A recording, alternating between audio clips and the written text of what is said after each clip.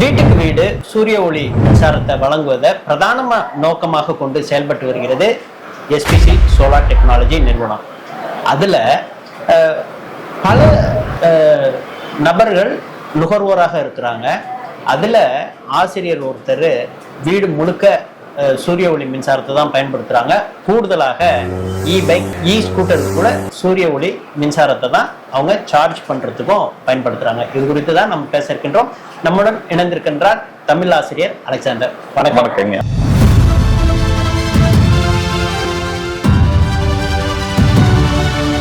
ஆசிரியர் பணி அறப்பணி அதற்கே தன்னை அர்ப்பணி என்று சொல்லுவாங்க. அந்த வகையில நீங்க நம்மளோட மூத்த கொடி தமிழ் கொடி என்று சொல்லுவாங்க. அந்த இதுல தமிழ் ஆசிரியரா இருப்பது ஒரு சிறப்பு. அதுலயும் சூரிய ஒளி மின்சாரத்தை நவநாகரிக ஒளி காலத்துல என்ன தொழில் புரட்சி இருக்கின்றதோ அதே போல பசுமை புரட்சிக்கு அடித்தளமாக இருக்கக்கூடிய சூரிய ஒளி மின்சாரத்தை நீங்க பயன்படுத்திட்டு இருக்கீங்க. அதுல ஒரு ரொம்ப முக்கியமானது பைக் ஸ்கூட்டர்.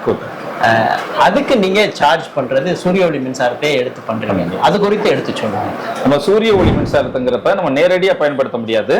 அதை இன்வெர்டர் வழியா பயன்படுத்திக்கலாம். ஸ்கூட்டர்னு சொல்றப்ப அதனுடைய வாட்ஸ் இருக்கு, கிலோவாட் பேர். அவருக்கு அது 2 கிலோவாட் 3 கிலோவாட் கொடுத்துருப்பாங்க. அப்ப அந்த பேட்டரியை பொறுத்தளவுல பார்த்தோம்னா வாட்டு, அந்த ஓல்டு, அதுக்குள்ள ஏஹெச். அப்ப கம்மியான ஏஹெச்ங்கிறப்ப நம்ம 1 கிலோவாட் ஒரு ஆஃப் கிரிட் போட்டிருக்கோம்னா அதுல இருந்து இன்வெர்டர்ல இருந்து வரக்கூடிய லைன்ல இருந்து டைரக்டா சார்ஜ் பண்ணிக்கலாம். ஒண்ணு இல்ல நம்ம ஆன் கிரிட் போட்டிருக்கோம். அப்ப நம்ம வீட்டுல உள்ள பிளக்ல இருந்து எடுத்துக்கிறப்ப இது நம்ம இங்க எடுத்துக்கிறோம், நம்ம எக்ஸ்போர்ட் பண்றது ஈபிக்கு போகுது. அப்ப ரெண்டுமே ஈவனா வந்துருது. நம்ம இங்க செலவு பண்றோம். இப்ப நம்மள்ட்ட இங்க 100 ரூபாய் இருக்கு, இங்க இருந்து ஒருத்தர் 100 ரூபாய் தராரு, நம்ம இந்த 100 ரூபாய் செலவு பண்றோம், அந்த 100 ரூபாய் இங்க வந்துருது. அப்ப ஒண்ணுமே இல்லாம தொழில்நுட்பம் இல்ல நமக்கு கரண்ட் இல்ல, ஈபில இல்ல, ஆன் கிரிட்ல உற்பத்தி பண்ண முடியல.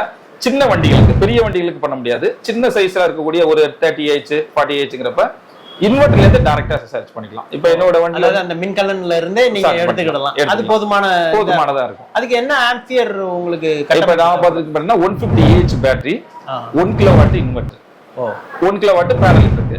அப்ப நம்ம கரண்ட் இல்லாட்டி பேனல்ல இருந்து நேரா வர்றது நேரா சார்ஜர் கண்ட்ரோல் வழியா இன்வெர்டர்ல இருந்து பேட்டரிக்கு போயிடும். பேட்டரில இருந்து ரிட்டர்ன் அதுல இருந்து இருமுனை தான் போகும், அங்க வந்துட்டு இருக்கும். அதுல இருந்து இன்புட்ல இருந்து அந்த இன்வெர்டர்ல இருந்து வரக்கூடிய அவுட்புட்ல நம்ம சார்ஜ் பண்ணிக்கலாம். அப்ப நம்மளுக்கு கரண்ட் இல்லாட்டி சார்ஜ் பண்ணிக்கலாம். இப்ப இந்த பைக்ல ஒரு முக்கியமானது எரிபொருளுக்கு ஆகக்கூடிய செலவு சூரிய ஒளி மின்சாரத்துல வரக்கூடிய சேமிப்பு அப்படின்னா நீங்க என்ன சொல்லுவீங்க? இப்போ ஸ்கூட்டர், இப்போ வந்திருக்க ஸ்கூட்டர்லாம் நிறைய கிலோமீட்டர் தர மாதிரி கொடுத்துருக்காங்க. ஏன்னா பேட்டரியை பயன்படுத்த லித்தியம் அயன் பயன்படுத்துறாங்க, லித்தியம் அயன் பெரோபாஸ்பேட்னு. அப்ப அந்த பேட்டரி எல்லாம் பாத்தீங்கன்னா பேக்கப் டைம் அதிகமா இருக்கும். இப்ப லெட்டாசிட் ஒரு பேட்டரி இருக்கு, இது 3 மணி நேரம் தருதுன்னா அதே அளவுல உள்ள மின்சாரத்தை சார்ஜ் பண்றது கம்மியான மின்சாரம், அதிகப்படுத்த இப்ப இது 3 மணி நேரம்னா அது 6 மணி நேரம் தரும். அப்ப நம்மளுக்கு கிலோமீட்டர் அதிகமா தரும். இப்ப வரக்கூடிய வண்டியில 3 வகையான பேட்டரி பயன்படுத்துறாங்க. லெட்டாசிட் பயன்படுத்துவாங்க, ரேட்டு கம்மியா இருக்கும், கிலோமீட்டர் கம்மியா போகும். ரெண்டாவது லித்தியம் அயன் பயன்படுத்துவாங்க, அதுவும் ரேட்டு கொஞ்சம் கூட தான் இருக்கும். அதோட டெக்னாலஜினா லித்தியம் பெரோபாஸ்பேட், செல்லு பெருசா இருக்கும், பேக்கப் டைம் நம்மளுக்கு இருக்கும். இப்போ உதாரணத்துக்கு நீங்க ஒரு ஸ்கூட்டர் நீங்க பெட்ரோல் போடுறீங்க, ஒரு ஸ்கூட்டர் இப்போ உள்ள ஸ்கூட்டரை நீங்க எடுத்துக்கிட்டீங்கன்னா ஹை ஸ்பீட் ஸ்கூட்டர் 1 லிட்டருக்கு 40 ல இருந்து 45 கிலோமீட்டர் இந்த எரிபொருள் வச்சு போறோம். அப்ப அதுல 102 ரூபாய் 40 கிலோமீட்டர்.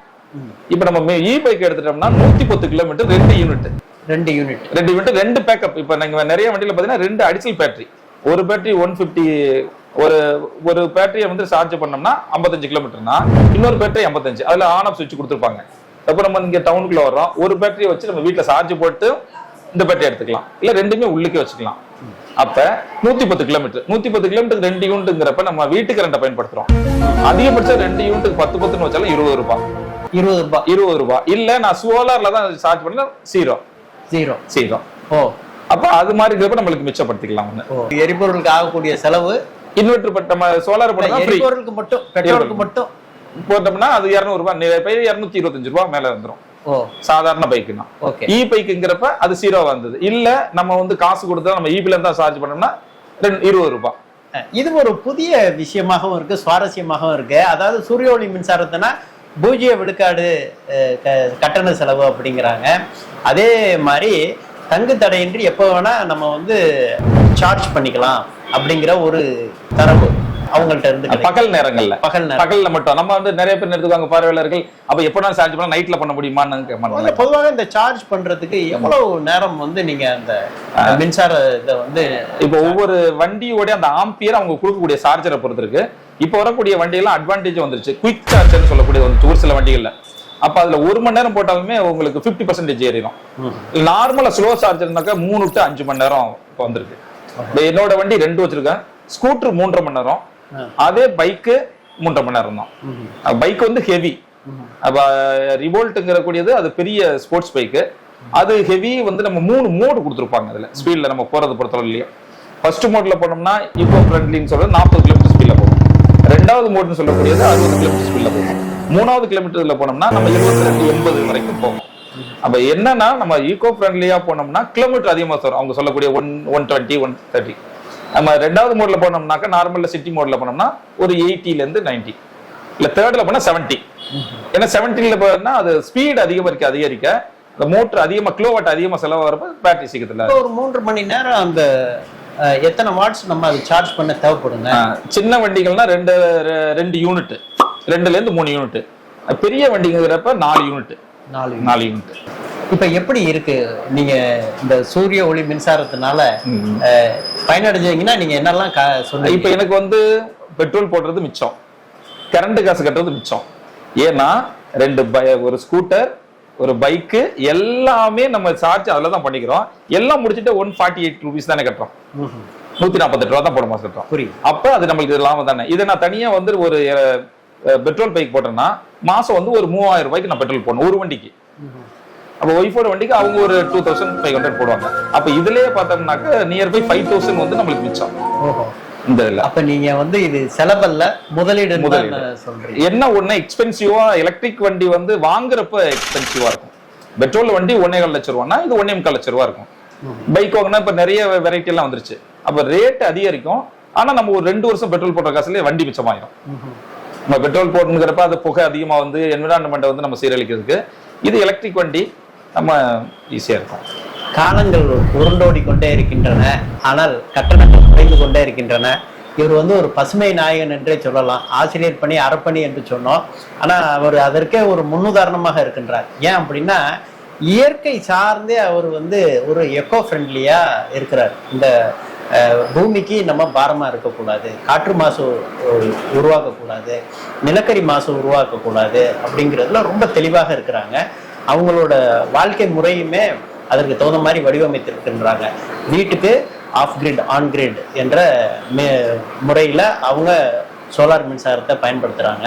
அதே போல் இல்லத்துக்கு வாகன ஓட்டுநத்துக்கும் என்ன பண்ணுறாங்க, பைக், அதாவது அவங்க வாழ்க்கை துணைக்கு வந்து ஸ்கூட்டரும் இவங்களுக்கு வந்து பைக்கும் வச்சிருக்கிறாங்க. அது 0 அளவில் தான் எனக்கு செலவாகுது. ஏன் அப்படின்னா தமிழ்நாடு அரசு மின்சார வாரியம் 0லிருந்து 100 அலகுக்கு வந்து இலவச மின்சாரம் தராங்க.